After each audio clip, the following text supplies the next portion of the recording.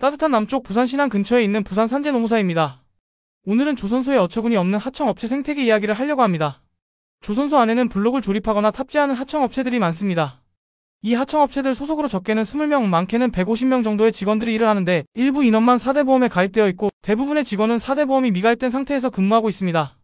그런데 이런 업체들은 조선소 생태계의 구조상 최하층에 위치하고 있어 내부나 외부의 경기 변동에 따른 충격을 몸으로 받는 쇼바와 같은 역할을 수행합니다.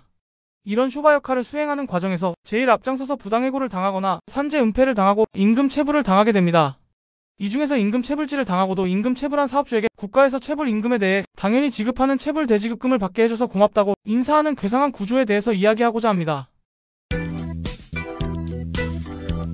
방금 말한 구조상 원청의 경영 위험 부담을 떠넘기거나 블록 업체의 사장의 개인적인 일탈로, 예를 들면 사장놈의 럭셔리 로맨스 호색질, 사장놈의 야수의 심장을 탑재한 무대뽀 부동산 재테크 등으로 회사가 자빠지면 직원들의 임금은 체불됩니다. 일반 제조회사의 사장들은 임금 체불을 한다는 것에 대해 꿈에도 생각하지 않는 상황이고, 그런 상황이 보이기 전에 폐업을 하거나 자산을 매각하는 등 선제적인 대응으로 체불 상황을 만들지 않으나 우리 조선소 블록 업체 사장 형님 누님들은 그런 마인드는 이미 수십 년 전에 벌크선에 탑재하여 이역 만리 남태평양 밖으로 보냈습니다. 우리 블록 사장 형님 누님들은 임금 체불 공격에 대한 패시브 방어 스킬을 가지고 있습니다. 임금 체불 상황을 우리의 세금으로 만들어진 고용노동부에서 주는 대지급금을 이용해 설계를 하십니다.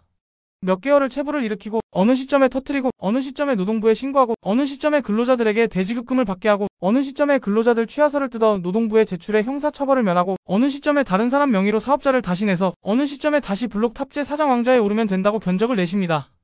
이 전통적인 조선 체불 패시브 스킬을 형님 누님들이 시전할 때 많은 체불 근로자들은 사장 형님 누님들에게 분노를 하지 못하고 사장 형님 누님들의 눈치를 봅니다.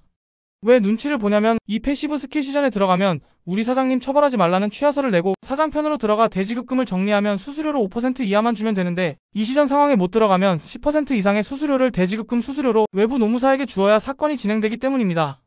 영상을 보시는 대한민국 조선인이 아니신 분들은 무슨 개소리냐고 생각하실 수 있겠지만 지금 이 시점에 조선판에서 벌어지고 있는 일입니다.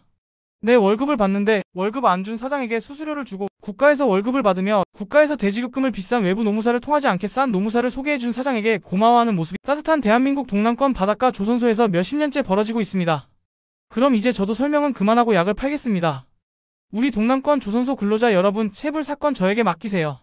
저는 우리 체불 형님 누님들이 피하려고 하는 노동부에서 원칙적으로 체불 사업주에게 제공해야 하는 그 대가가 어떤 건지 똑똑히 알고 있습니다.